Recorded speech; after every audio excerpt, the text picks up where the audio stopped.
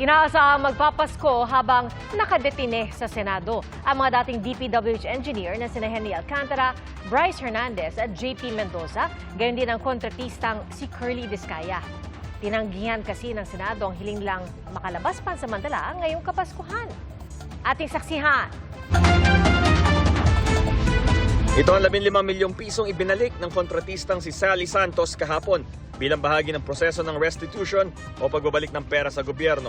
Si Santos ang may-ari ng SYMS Construction Trading, nadawit sa mga ghost at substandard na flood control project sa Bulacan. Nadawit din ang kumpanya sa hiraman ng lisensya ng mga kontratista ng gobyerno para umano sa mga proyekto ng DPWH.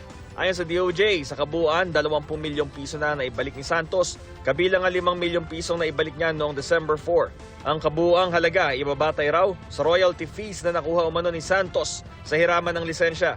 Nabigyan na raw ng provisional admission sa WPP si Santos, gaya ni na dating DPWH Bulacan 1st District Engineer Henry Alcantara at dating DPWH NCR Director Gerard Opulencia na nauna na rin magsaoli ng pera sa DOJ.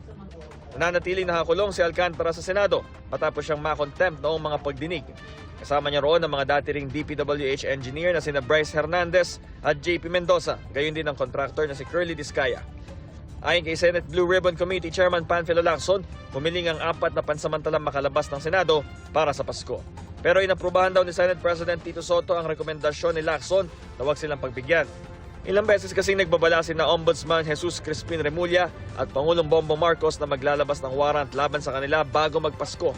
Kaya may security risk daw na tumakas sila. Papayagan lang daw silang dumalo sa misa sa Senado at mabisita ng kani-kanilang mga pamilya. Ang asawa naman ni Curly Discaya na si Sara nakakulong sa Lapu-Lapu City Jail dahil sa mga kasong graft at malversation para sa Ghost Flood Control Project sa Davao Occidental.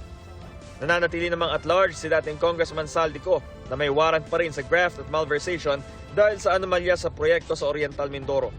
Ayon kay Interior Secretary John Vic Remulla, may ginagawang 5 palapag na basement sa bahay ni Ko sa Forbes Park. Base raw yan sa impormasyon mula sa Homeowners Association at Construction Plan. We always assume that it is for parking, but it is to our knowledge that it was going to be used for storage of money.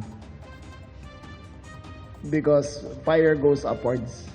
So they put the money below, in the lowest point of the house, so that it won't be harmed there sa fire. Pinabulaanan na yan ng abogado ni Ko. Espekulasyon lang daw ang sinasabi ni Remulla na sa basement iimbakin ang pera para di madamay kapag nagkasunog. Ilabas daw dapat ni Remulla ang pinagmulan ng impormasyon na wala raw sa building o construction plan. Pangsasakyan lang daw ang disenyo ng basement. Para sa GMA Integrated News, ako si Bam Alegre, ang inyong saksi. Mga kapuso, maging una sa saksi. Mag-subscribe sa GMA Integrated News sa YouTube para sa iba't ibang balita.